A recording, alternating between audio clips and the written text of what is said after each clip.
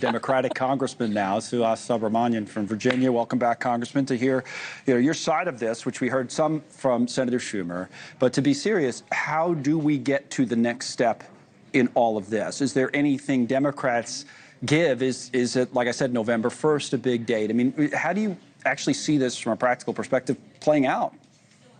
Yeah, I'm on Capitol Hill right now, and I'm waiting for Republicans to come back and call us back into session so we can negotiate this to a conclusion and the shutdown. That's what I would really like. And part of that, what we're trying to do is things that are very, very popular with the American people. We're talking about making sure healthcare premiums don't double and triple. We're talking about making sure that the power of Congress when we allocate money, that the executive isn't going to take that and enrich themselves or use it for a completely different purpose. We're asking for very simple, popular things, the easiest off-ramp you could possibly imagine. And they're not taking it because the president doesn't want to. He doesn't want to be seen as weak. But in the end, this is going to hurt every single American. Well, here's what the president's saying. We mentioned the lunch he had in the Rose Garden earlier. So he spoke for a pretty good deal of time before they had lunch. And in terms of what he specifically blames Democrats for, this is how he put it earlier. The dangerous game that they're playing, Democrats are causing delays in our air traffic control system. So all of this and the pain that the Democrats have caused during this reckless and completely unnecessary affair, and you could call it the Schumer shutdown or the Democrat shutdown. You can call it whatever you want. All right.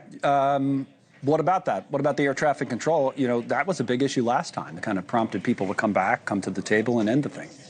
Yeah, many of them live in my district. I represent tens of thousands of federal workers and contractors. And I'll tell you that they would tell you that Donald Trump was already shutting down the government by firing federal workers, by furloughing people, by attacking air traffic controllers and other people who serve our country. And so this is nothing new.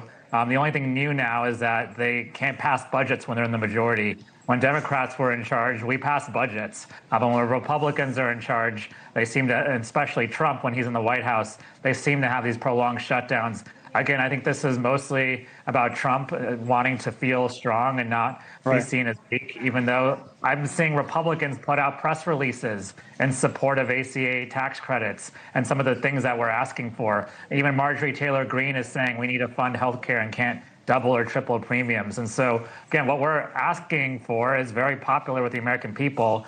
And it's amazing. They had 6 months to talk to us. They have the House, Senate, and the White House. All they have to do is come to the table and let's work on this together. Now, in terms of programs, I mentioned right at the top of the hour, SNAP. We've had some conversations about that over the last few days. Head Start programs have become a big, topic of conversation as well. So it's 41.7 million Americans on SNAP benefits, 12% of the total population. I have it here on the tablet, as you see there. So that's one of the things we're talking about. Maybe that's something that prompts people to come back. Now, you were speaking, Congressman, about some cracks as you see it on the Republican side. On the Democratic side, if there's a crack, I would say it's coming from Senator John Fetterman, Pennsylvania, who's actually now suggesting Republicans maybe use what they call the nuclear option, which would be a big deal to override the filibuster of the Senate. Here's what Fetterman said. I would support carving out the filibuster on this.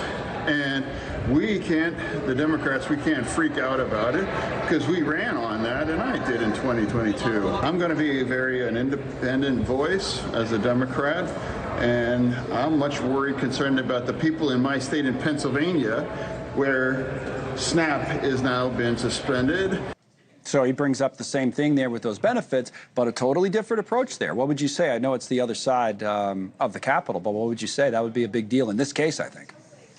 Let's take a step back, though. The same people who are firing federal workers all year and contractors all year and cutting SNAP benefits and cutting Medicaid and cutting access to health care are now saying that they are the champions and defenders of all of those things. I mean, talk about gaslighting. That makes absolutely no sense to me. Senator Fetterman, I disagree with him about getting rid of the filibuster. But even if that's what they want to do, then, if you want to open that up, then you should do it. But I don't agree with that. I think that would be a terrible idea. And they know that because they know that we have a pretty good chance of winning the next midterms, and then they've already opened that up, so we would be able to do the same thing to them. But in the end, I would like to see us solve things like SNAP and Medicaid. And I have 3 words for every Republican in the House: do your job, show up to work. Let's get this done. All right, Congressman Subramanyam, thank you as always.